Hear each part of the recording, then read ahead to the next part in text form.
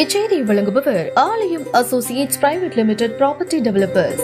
ஆலயம் associates private limited, number 52, third floor, 3B, Ram Darbar, sterling road, Nungambakkam, Chennai 6,34,000. இது முருகர் பக்தர் மாநாடு, திராவிட முன்னேற்ற கழக மாநாடு அல்ல. ஆகவே அவர் விரும்பினால் தாராளமாக பங்கேற்கலாம். இதையே அழைப்பாக ஏற்றுக்கூட அந்த மாநாட்டிற்கு அவர்கள் வருகை தரலாம். நாளை மறுதினத்திற்குள் அந்த பட்டியலை அழைப்பதை தர இருக்கின்றோம். முதலுடைய பங்களிப்பு, அன்பிற்கினிய விளையாட்டுத்துறை அமைச்சருடைய பங்களிப்பு நிச்சயமாக இந்த மாநாட்டில் இருக்கும். அது எந்த முறையில் இருக்கும் என்பதை ஓரிரு நாட்களில் தெரியப்படுத்துகின்றோம்.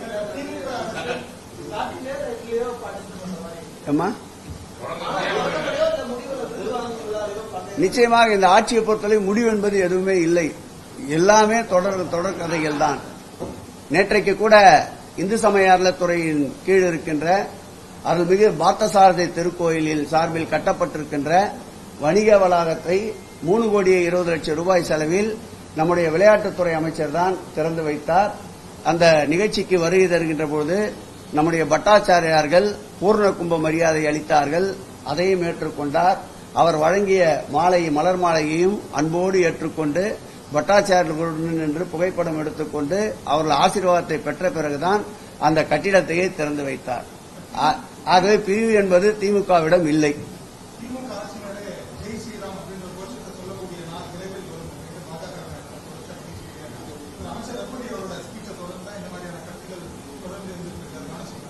ஒட்டுமொத்தமாக இந்த ஆட்சியை பொறுத்தளவில் இஸ்லாமியர்கள் அவர்கள் விரும்புகின்ற வழிபாடை அவர்கள் செய்வதற்கும், கிறிஸ்தவர்கள் அவர்கள் விரும்புகின்ற வழிபாடை அவர்கள் மேற்கொள்வதற்கும், பௌத்தம் மற்றும் சமயத்தை சார்ந்தவர்கள் விரும்புகின்ற வழிபாடை அவர்கள் மேற்கொள்வதற்கும், அந்த வகையிலே இந்துக்கள் விரும்புகின்ற வழிபாடை, இந்துக்கள் விரும்புகின்ற தெய்வங்களை வழிபடுவதற்கு முழு சுதந்திரம் அளிக்கின்ற ஆட்சி திராவிட முன்னேற்ற கழக ஆட்சி தமிழ்நாடு.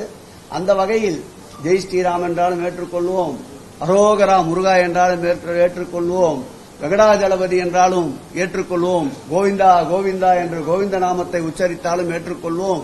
பக்தர்களுடைய அவர்களுடைய நம்பிக்கையில் எப்பொழுதும் நாங்கள் குறுக்கிடுவது இல்லை. கடவுள் இல்லைன்னு எங்க சொல்லிச்சு? எப்ப சொல்லிச்சு? அவர் சொல்லுவாரு, அதனால சொல்லிக்கிட்டே இருப்பாரு. அதாங்க, ஏற்கனவே அவர் எடுத்து பார்த்த ஆயுதம் எல்லாம் முனம் அழுங்கிச்சு. எந்த ஆயுதமும் போர்க்களத்துக்கு படைக்களத்துக்கு உதவியா இருந்தது இல்ல.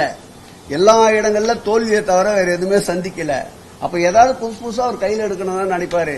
எப்படிப்பட்ட ஆயுதத்தோடு வந்தாலும் அதை சமாளிக்கின்ற ஆற்றல், அதை சமாளிக்கின்ற திறமை இரும்பு மனிதர் மாண்புமிகு தமிழக முதல்வர் திராவிட முன்னேற்ற கழகத்தின் தலைவருக்கு இருக்கிறது என்பதால் இதுபோன்ற விமர்சனங்களை, இதுபோன்ற அவதூறுகளை செவி சாய்க்காமல் மக்கள் பணியிலே எங்களை இன்னும் அதிவேகமாக ஈடுபடுத்திக் கொள்வதுதான் திமுகவினுடைய கொள்கை.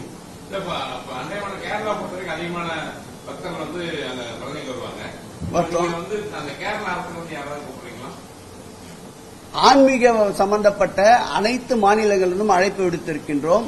அங்கிருந்தும் ஒரு சிலர் கலந்து கொள்வதாக அறிவித்திருக்கின்றார்கள். நம்முடைய மூத்த பத்திரிகையாளர், பெரிய பத்திரிகையாளர் அன்பழகனுடைய அறிவுரை ஏற்று அங்கிருந்தும் யாராவது சிறப்பு பிரதிநிதிகள் வருவதற்குண்டான முயற்சிகளை மேற்கொள்வோம்.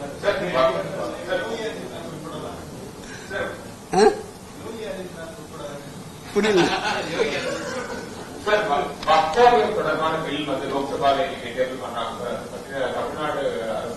அது ஏற்கனவே அது குறித்து தமிழ்நாடு அரசினுடைய கருத்தை பதிவு செய்திருக்கின்றார்கள். ஆகவே தொடர்ந்து எந்த மதத்தினர் புண்படுவதாக இருந்தாலும் அந்த மதத்தினருக்காக குரல் கொடுக்கின்ற மதச்சார்பற்ற ஒரு ஜனநாயக முற்போக்கு கூட்டணியாக இருக்கின்ற திராவிட முன்னேற்ற கழகம் அதில் உறுதியாக இருக்கும். லைவ் யார் கேட்டாலும் ஃப்ரீயா கொடுக்கலாம்னு சொல்லிட்டோம். இதுக்கு மாநாட்டு ஒளிபரப்பிற்கு ஏற்கனவே இருக்கின்ற துறையினுடைய நடைமுறையில் அவர்கள் ஒரு கட்டணத்தை கட்ட வேண்டிய சூழல் இருந்தது. இந்த மாநாட்டை பொறுத்தளவில் துறை அதற்கு எந்த விதமான கட்டணம் வசூலிக்காது.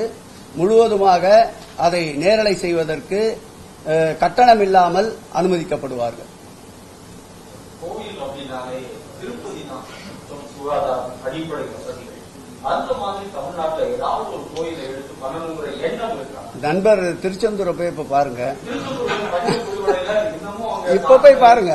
நான் இப்ப போயிட்டு வந்த 3ஆம் தேதி போய் பாருங்க. திருப்பதியை மிஞ்சக்கூடிய அளவு இருக்குதுன்னு நீங்களே வந்து சொல்லுவீங்க. இல்ல, திருச்செந்தூர் இப்ப ஏற்கனவே பெருந்திட்ட வரைவின்படி 90 கோடி ரூபாய் செலவில் 13 பணிகள் மேற்கொள்ளப்பட்டு நடந்து வருகின்றன. 2ஆம் பெருந்திட்ட வரைவிற்கு மாண்புமிகு முத்தமிழறிஞர் கலைஞர் அவர்கள் ஆட்சி பொறுப்பிலே இருந்தபோது 50 ஏக்கர் நிலத்தை 58 கோடி ரூபாய் செலவில் அரசு கையகப்படுத்துவதற்கு ஏற்கனவே அரசாணை வழங்கியிருந்தார்கள். அந்த பழனியில் வழங்கியிருந்தார்கள். அந்த பெருந்திட்டு வரையும் இப்போது செயல்பாட்டிற்கு வர இருக்கின்றது.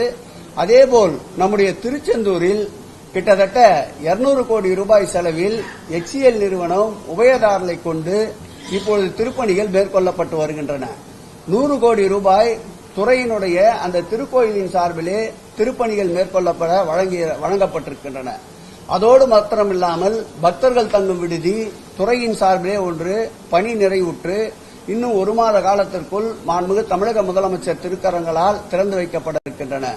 கடல் அலையில் அவ்வப்போது ஏற்படுகின்ற சீற்றத்தின் காரணமாக பக்தர்களுக்கு ஏற்படுகின்ற அசௌகரியங்களை குறைப்பதற்கு 20 கோடி ரூபாய் செலவில் கடற்கரையில் கருங்கற்களை பதிக்கின்ற பணி நடந்து வருகின்றன. திருச்செந்தூரை பொறுத்தளவில் இந்த பணிகள் அனைத்தையும் 7/7/2025க்குள் முடிப்பதற்கு திட்டமிட்டிருக்கின்றோம். நிச்சயமாக இந்த பணிகள் நிறைவேறுகின்ற பொழுது திருப்பதிக்கு நிகராக திருச்செந்தூர் இருக்கின்றது என்பதை நண்பர் அவர்களே சொல்லுகின்ற சூழல் ஏற்படும். தற்போது பழனியை அதுபோல் தூய்மையான ஒரு பகுதியாக இன்றைக்கு மாற்றி இருக்கின்றோம். கண்கொள்ளா காட்சியாக இருக்கின்றது. நான் பழனிக்கு நிறைய முறை சென்றிருக்கின்றேன். 100க்கும் மேற்பட்ட முறை பழனி ஆண்டவரை தரிசித்திருக்கின்றேன். இந்த முறை போகின்ற பொழுது ஏற்பட்ட ஒரு உணர்வு திருப்பதிக்கு செல்வது போல் ஒரு உணர்வு இருந்தது. படிப்படியாக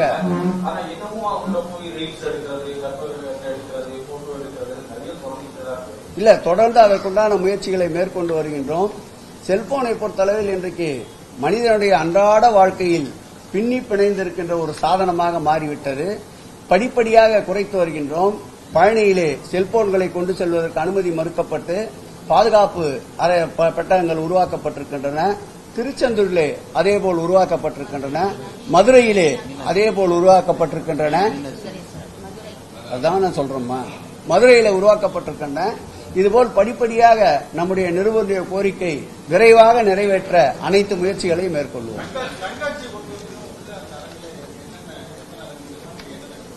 கண்காட்சியிலே 40க்கு 60 என்ற இன்ச்சு சைஸிலே ஒரு 60 புகைப்படங்கள் இடம்பெற இருக்கின்றன. அறுபடை வீடுகளினுடைய அந்த முருகர் முழுவதுமாக ஒரு 8 அடி உயரத்திலே பிரதிஷ்டை செய்யப்பட இருக்கின்றார். அதோடு முருகருடைய வரலாறு, தல வரலாறு, 6 திருக்கோயிலுடைய வரலாற்றையும் அதிலே விளக்குகின்ற வகையில், தெரிந்து கொள்ளுகின்ற வகையில் கண்காட்சி அமைக்கப்பட இருக்கின்றன.